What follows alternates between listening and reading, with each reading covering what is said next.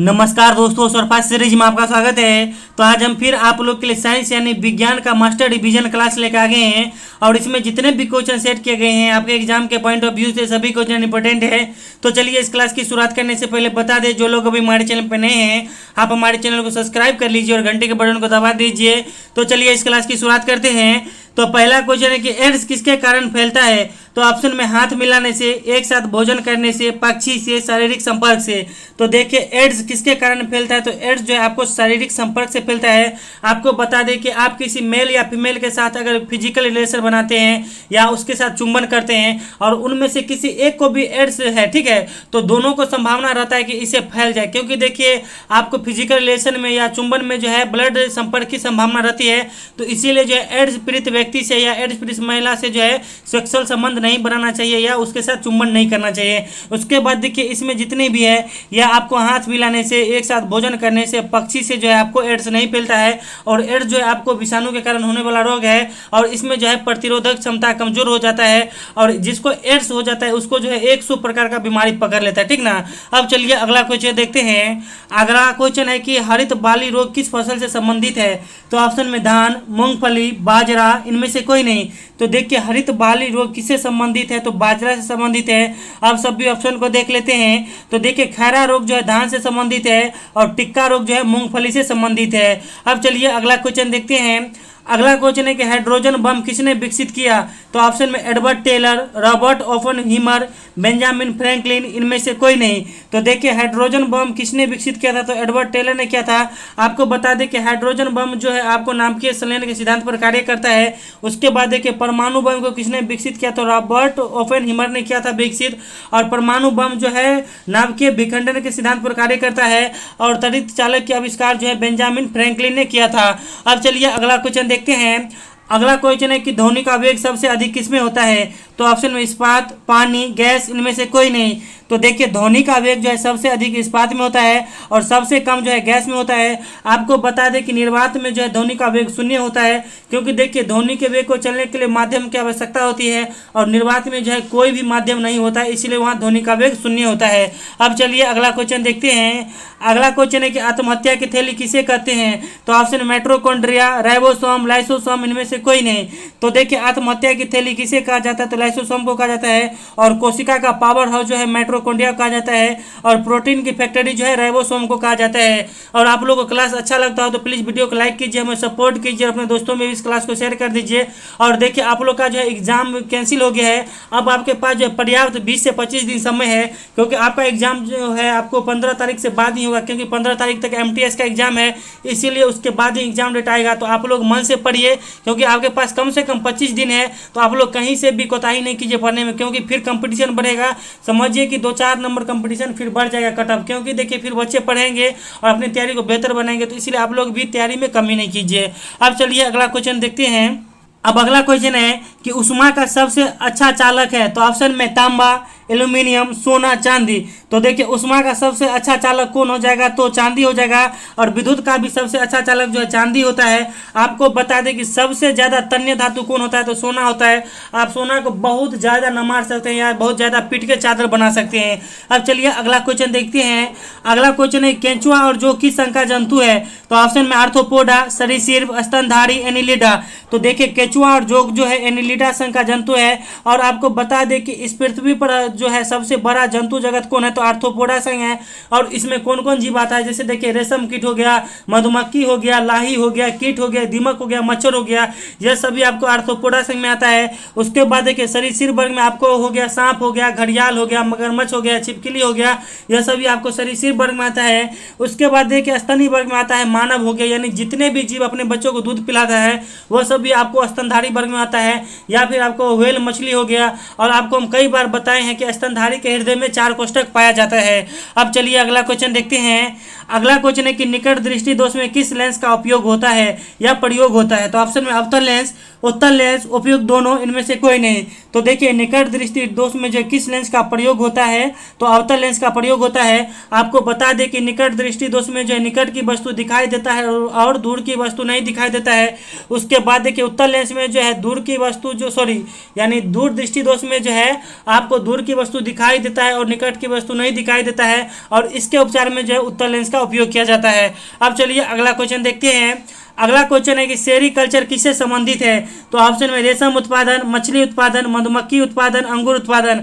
तो देखिए सेरीकल्चर किससे संबंधित है तो रेशम उत्पादन संबंधित है, और पीसी कल्चर आपको मछली उत्पादन संबंधित है, एपीकल्चर मधुमक्खी उत्पादन संबंधित है, और विटीकल्चर अंगूर उत्पादन से संबंधित है। अब आगे बढ़ने से पहले बता दें कि हम जो है आप लोगों को धमाकेदार ऑफर के साथ बिहार बीएड एंट्रेंस अंतिम समय की तैयारी के लिए स्पेशल नोट्स दे रहे हैं।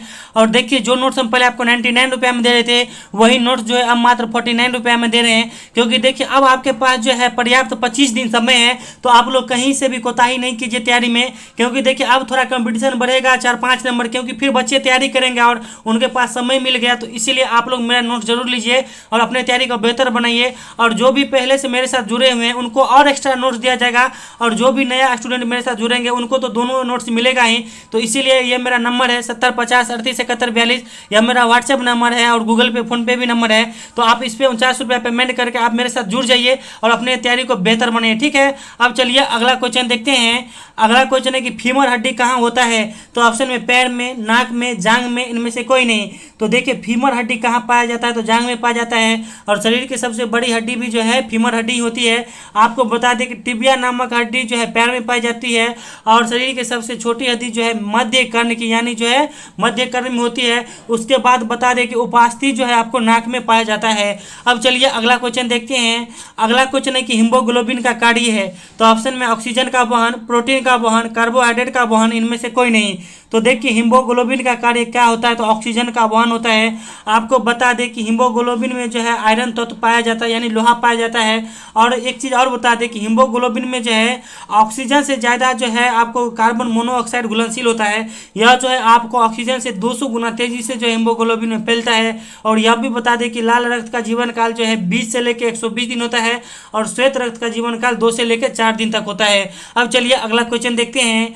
अगला क्वेश्चन है कि सोडियम कहाँ रखा जाता है। तो ऑप्शन में पानी में, अमोनिया में, अल्कोहल में, केरोसिन में। तो देखिए सोडियम जो है केरोसिन के तेल में रखा जाता है। और आपको बता दें कि लाल फास्फोरस हो या सफ़ेद फास्फोरस हो उसको जो है पानी में रखा जाता है। अगर इस दोनों को जो है अगर बाहर निकाला जाए तो फिर उसमें आग पकड़ लेता है। अब चलिए अगला क्वेश्चन देखते हैं। अगला क्वेश्चन है कि मेरिनो किसकी प्रजाति है। तो ऑप्शन में भेड़, गाय, भैंस, इनमें से कोई नहीं। तो देखिए मेरिनो किसकी प्रजाति है तो भेड़ की है। उसके बाद देखिए साहीवाल जो है आपको गाय की प्रजाति है। उसके बाद देखिए मुर्रा जो है भैंस की प्रजाति है। अब चलिए अगला क्वेश्चन देखते हैं। अगला क्वेश्चन है कि गाय का गर्भकाल कितने दिन का होता है। तो ऑप्शन में 145 से 150 दिन, 144 से 151 दिन, 620 से 640 दिन, 280 से 290 दिन। तो देखिए गाय का गर्भकाल जो है 280 से लेकर 290 दिन तक होता है। और महिलाओं का भी जैसे हमारी माताएं जो थी उनका भी गर्भकाल जो है 280 से 290 दिन के बीच होता है। तो इसलिए कहा जाता है कि गाय और माई दोनों बराबर होता है, ठीक ना। उसके बाद देखिए आपको बता दें कि देखिए बकरी का जो है कितना होता है गर्भकाल 145 से 150 दिन। भेड़ का जो है गर्भकाल आपको 144 से 151 दिन होता है। और हाथी का जो है गर्भकाल 620 से लेकर 640 दिन तक होता है। अब चलिए अगला क्वेश्चन देखते हैं। अगला क्वेश्चन है कि तत्काल ऊर्जा किससे मिलता है। तो ऑप्शन में प्रोटीन, विटामिन, कार्बोहाइड्रेट, ग्लूकोज। तो देखिए तत्काल ऊर्जा जो है ग्लूकोज से मिलता है, क्योंकि ग्लूकोज में जो है सबसे ज़्यादा कार्बोहाइड्रेट पाया जाता है। आप देखिएगा कि जो लोग भी दरोगा या पुलिस के लिए दौड़ता है या रनिंग करता है वो जो है तत्काल ऊर्जा के लिए जो है ग्लूकोज का सेवन करता है। अब चलिए अगला क्वेश्चन देखते हैं। अगला क्वेश्चन है कि विद्युत ऊर्जा को उष्मा ऊर्जा में कौन बदलता है। तो ऑप्शन में डायनेमो, इलेक्ट्रिक हीटर, पंखा, इनमें से कोई नहीं। तो देखिए विद्युत ऊर्जा को जो है उष्मा ऊर्जा में कौन बदलता है तो इलेक्ट्रिक हीटर बदलता है। अब सभी ऑप्शन को देख लेते हैं। तो देखिए यांत्रिक ऊर्जा को जो है विद्युत ऊर्जा में डायनेमो बदलता है, और जो है विद्युत ऊर्जा को यांत्रिक ऊर्जा में पंखा बदलता है, ठीक ना। अब चलिए अगला क्वेश्चन देखते हैं। अगला क्वेश्चन है कि बेकिंग सोडा का रासायनिक नाम है। तो ऑप्शन में sodium chloride, sodium carbonate, sodium bicarbonate. Baking soda कहने का मतलब हो गया कि खाने वाला सोडा, ठीक है। तो इसका रासायनिक नाम होता है सोडियम बाइकार्बोनेट। अब सभी ऑप्शन को देख लेते हैं। तो देखिए, नमक का जो है रासायनिक नाम होता है सोडियम क्लोराइड, और धोवन सोडा का जो है रासायनिक नाम होता है सोडियम कार्बोनेट। अब चलिए अगला क्वेश्चन देखते हैं। अगला क्वेश्चन है कि मानव रक्त की प्रकृति कैसी होती है। तो ऑप्शन में अम्लीय, क्षारीय, उदासीन, इनमें से कोई नहीं। तो देखिए, मानव रक्त की प्रकृति कैसी होती है, तो क्षारीय होती है, क्योंकि मानव रक्त का पीएच मान जो है 7.4 होता है। उसके बाद देखिए 7 पे जो है उदासीन विलयन का पीएच मान होता है। उसके बाद देखिए 7 से नीचे जो है किसी भी पदार्थ का पीएच मान अम्लीय होता है। अब चलिए अगला क्वेश्चन देखते हैं। अगला क्वेश्चन है कि सिनेबार किसका अयस्क है। तो ऑप्शन में लोहा, एल्यूमिनियम, सोना, पारा, ठीक है। तो देखिए सिनेबार किसका अयस्क है, तो सिनेबार जो है पारा का अयस्क है। अब सभी ऑप्शन को देख लेते हैं। तो देखिए हेमेटाइट जो है लोहा का अयस्क है, बॉक्साइड एल्यूमिनियम का अयस्क है, और कैल्वेराइट जो है सोना का अयस्क है। अब चलिए अगला क्वेश्चन देखते हैं।